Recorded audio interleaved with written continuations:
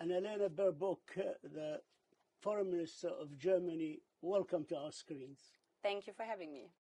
I'd like to start with Lebanon and the latest events that's taking place there. How do you assess the danger of a full-scale war between Hezbollah and Israel breaking in Lebanon, and even maybe a full regional conflict? We have to do everything right now to exactly prevent that. This has been the work from me, from colleagues of the region, from the American Foreign Minister, to prevent an escalation between Israel and Hezbollah, to prevent that the whole region falls into a crisis for decades. And therefore, I'm calling on everybody for de-escalation right now. The reports about dead civilians, among them children, they are shocking, and we need now to come back to diplomacy. We have to do everything, as I said, for de-escalation and preventing a full-fledged war in the region, because always in these kind of situations, civilians are suffering. We are mourning with dead civilians. We are mourning with the children. I mean, I have 2 children of my own. I always imagine myself, what would it mean if these were my children? We have heard also that 2 female workers of UNHCR have been killed, also a baby of one of these workers. So we are making very, very clear that we have to come to an end to this kind of escalation. And not only for the people in Lebanon, but also for the thousands of people in North Israel. They couldn't go back to their homes for almost a year. Children couldn't go back to their schools. So it's the interest on all the civilians in the whole region that these escalation stops. The Lebanese Minister of Interior has called upon the world and the international community to protect his country and his people. Can countries with influence, like Germany, like the US, of course, France, the United Kingdom, can they do something to remove the fuse from this time-ticking bomb in the region? We are working all around the clock since the last 10 months, and I've been to the region 11 times since the 7th of October, the horrible attacks from Hamas on civilians in Israel. I've been, I think, 3 or 4 times in Lebanon since then to work on a pathway of diplomacy to implement Resolution 1701. And I mean, there have been tiny steps of progress. And this is what always shows if everybody comes together with the face of what people need. We have seen that the negotiations with regard to what Hochstein from the Americans has achieved with the demarcation of the border in the water. We need that also on land. And this is what I am myself telling with regard to the Israeli government, come to implement Resolution 1701, but also with my counterparts in Lebanon with regard to Hezbollah to withdraw from the border behind the river. And this is what we need right now. We need the de-escalation on the blue line in order to prevent even worse situations. Yes, indeed, you have been many times to the Middle East, 11 times since 7th of October. The last one was early this September when you visited Saudi Arabia, Jordan, and also Palestine and Israel. Is Germany preparing or willing to play a bigger role with the partners to achieve peace in the region? Yes, and this is what I'm not only offering, but this is why I've been there so many times. We can only solve this together as an international community. For those who believe in peace, and I deeply, from the bottom of my heart, believe that the security for Israel, for the state of Israel, where my country, with our history, with the worst crimes, the Shoah, the genocide on more than 6 million Jews, the security of Israel is our raison d'etat. but the security of Israel as a state for future generation is only possible if Palestinians can also live in security and dignity in their own country. And the opposite is also true, and this is what I'm telling those actors, especially also towards Iran and others supporting Hamas and Hezbollah, that Palestinians can only live in peace if Israel lives in peace, if the region guarantees the security of its states. And I gave a speech a couple of months ago in Israel saying that we are working with the partners in the region. We are ready to work with them for the day after, for political horizon, meaning reconstruction of Gaza, humanitarian support. We are the biggest donor of UNRWA for a long time and also at this moment. But also we are ready to stand up for security guarantees, not only with regard to Israel, what our state or raison d'etat is, but also for the people of Palestine. In the West Bank, you know that I have been also very vocal on that one, because we know that others were there for us, for my country, that we can live in peace and in democracies, and we feel a responsibility to be there also for others. But we need the partners from the region. We need those actors in the region that we all move forwards towards a two-state solution. You mentioned the two-state solutions. Is it still viable and applicable? You remember in July, the Knesset strongly opposed and overwhelmingly the statehood for Palestinians. Is it still viable? I believe this is the only way that generation of Israelis, that Jewish and democratic Israel can live in peace in the future. And it's the only way that Palestinians can live in their own state, though the two are interconnected. And I know, because I've been there so many times, I have the discussions in my own country, that there are questions, on the other hand, why we didn't support Germany, then a resolution with the recognition right now, because I believe in the political process. It doesn't help if you change name tags, yeah? There has to be also the readiness from the whole region to guarantee the security of the state of Israel. I wondered why it was not possible to name the atrocities from Hamas in resolutions, the atrocities from the 7th of October. I've been speaking in all my visits always with the hostage families, and like I'm thinking what it means for a Lebanese father, mother to lose their child right now, I always imagined myself what it means for me as a mother if my child, if my mother would have been taken hostage by a terrorist organization. And I think this is the only way that we see the human in the other, that we imagine ourselves what would I like for a support. And this is why I'm pushing so strongly for this two-state solution, even though it seems far away. But what would be the alternative? An indefinite conflict? This is not good for anybody in the region. Germany is working closely now with Jordan to increase the flow of humanitarian aid. For the time being, there's about 17 truck that goes in every day. The German Jordanian approach, as I understand it, is to have 350 truck go in. It used to be 500 before the war every day. So you want 350 a week to enter now to help the Palestinians with their humanitarian needs. Where are we now from achieving this? Well, we've seen with polio vaccination what is possible, and this is why Germany supported it so heavily. So we have seen that if we are working together, UN, if the Israeli government is giving guarantees that humanitarian aid can come in, that on the side of Hamas in Gaza, they are not attacking humanitarian deliveries.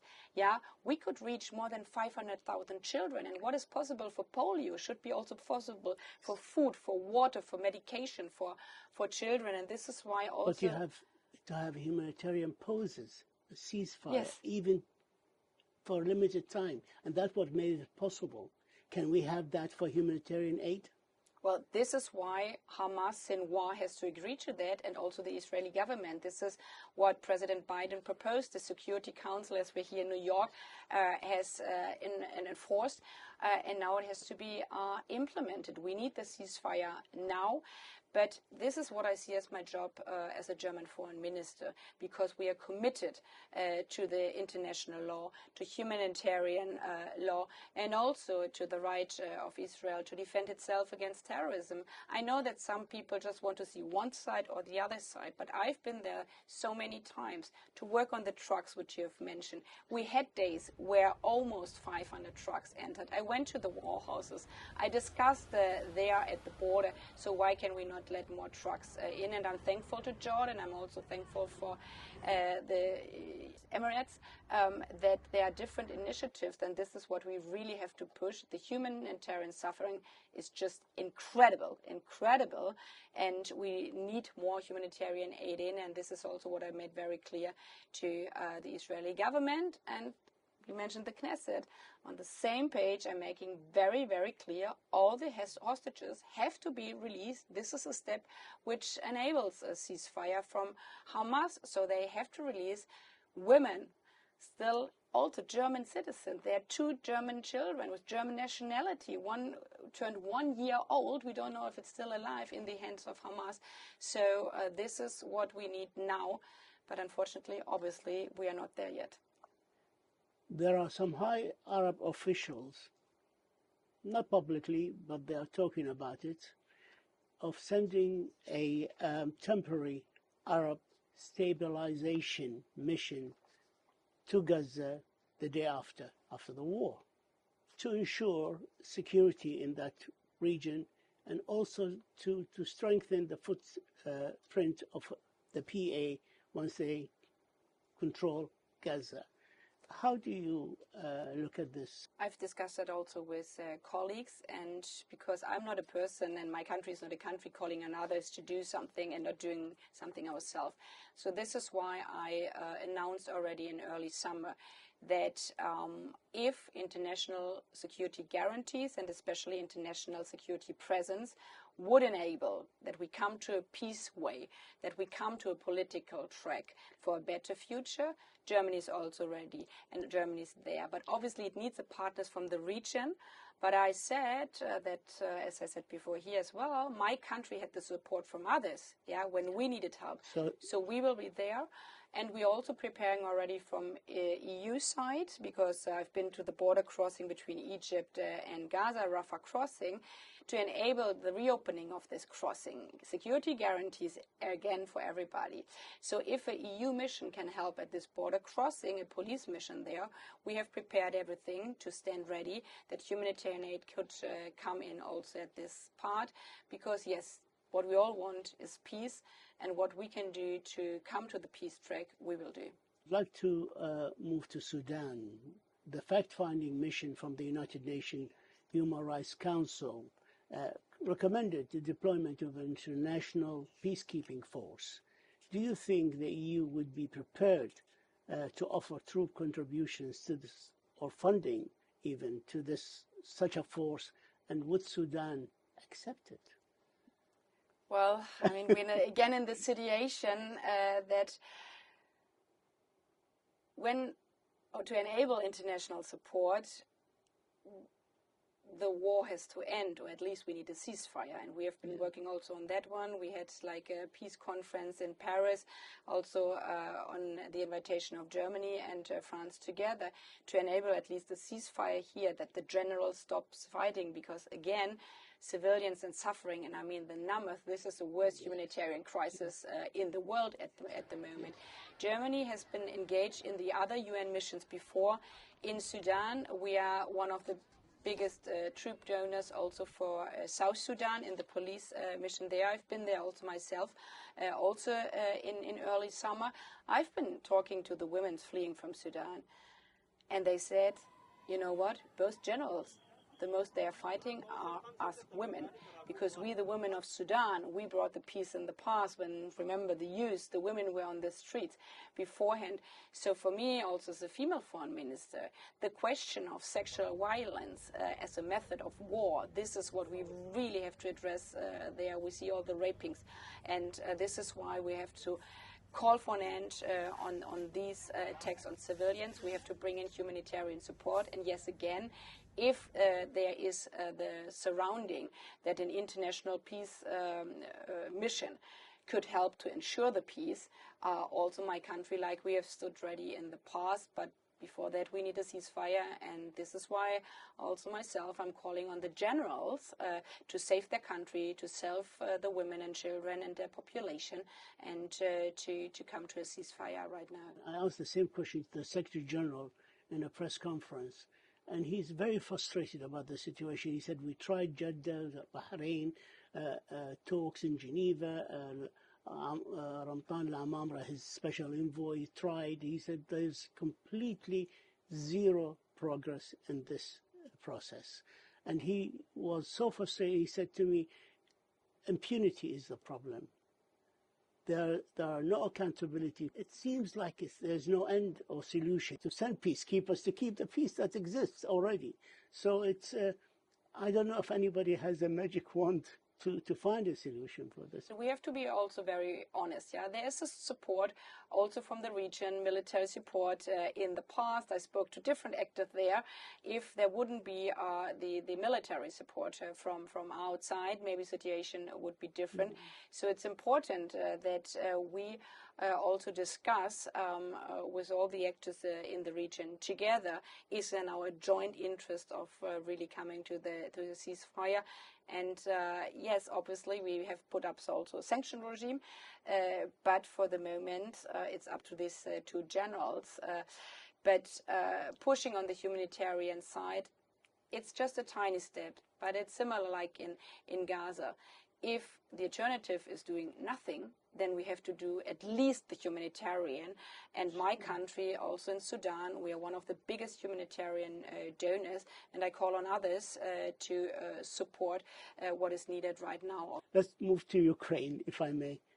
German Chancellor Olaf Scholz called for a renewed effort to bring peace to the Ukraine, adding that he and Ukrainian President Zelensky had both agreed on recent talks on the need for a new peace conference that would include Russia. This was early this month in September. Is there a plan on the table for a new peace conference?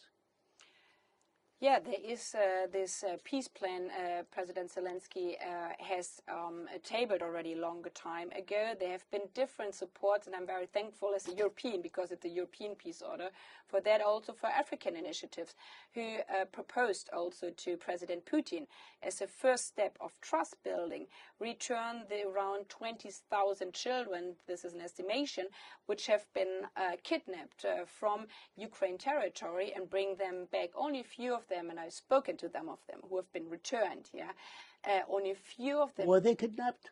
Yes, they were, and again also other actors like my colleague from South Africa. Yeah, she couldn't believe when I was telling. So I said, go there. Yeah. Talk to Putin, and they addressed it directly to him, and he didn't deny. He just said, well, we believe they are better here. But imagine, from your own country, they are coming soldiers. They told the children, and as I said, I've spoken to one of the girls who have been returned. They told them, go on the bus. This is for the good. You go on summer vacation. They said, but we didn't tell our parents we are not going. And they were just taking out. And this is a situation that I'm thankful that you're giving me the chance here to speak a bit about it, because I know that there are also others saying, so why do you support Ukraine now with weapons? The answer is because we are asking Putin every day, not only the Chancellor inviting him for peace conferences, saying don't attack critical infrastructure, don't bomb children hospitals. Yeah, this is civilian infrastructure as a first step of a peace plan. But unfortunately, he's doing that every day. 2/3 of electricity, heating systems are being destroyed right now. And if we would not provide air defense, the whole energy system would be dead. No country can survive that. When Zelensky offered that at the next peace conference, Putin should come, the answer from Putin was attacking a children's hospital. And this is why we are working on a two-track approach. We are calling every day for diplomatic steps, suggesting to Russia to have a peace process.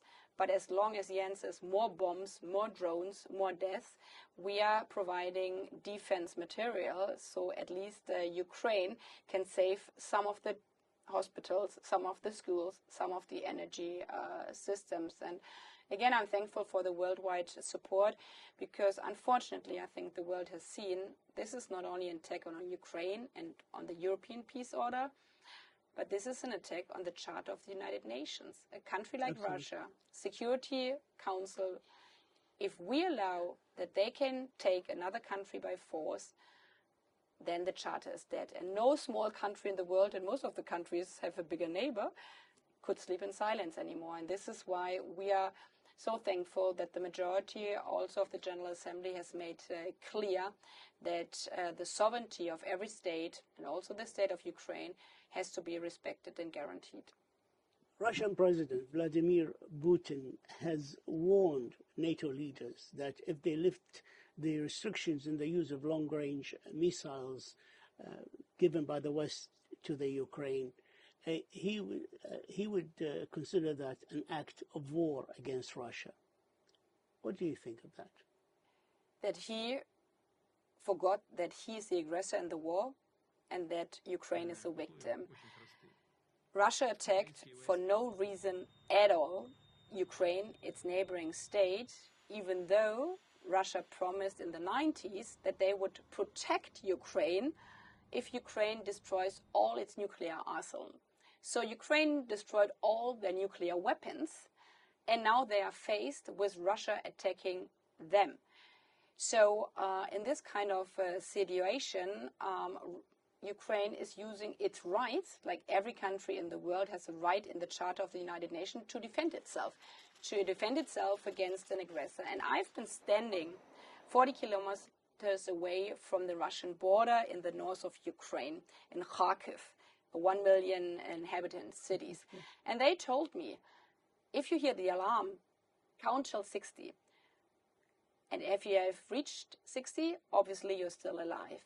Because there, directly at the border, no air defense at all can do anything against rockets. So children cannot go to school, nobody can go outside. And to change the situation, there's one easy way out.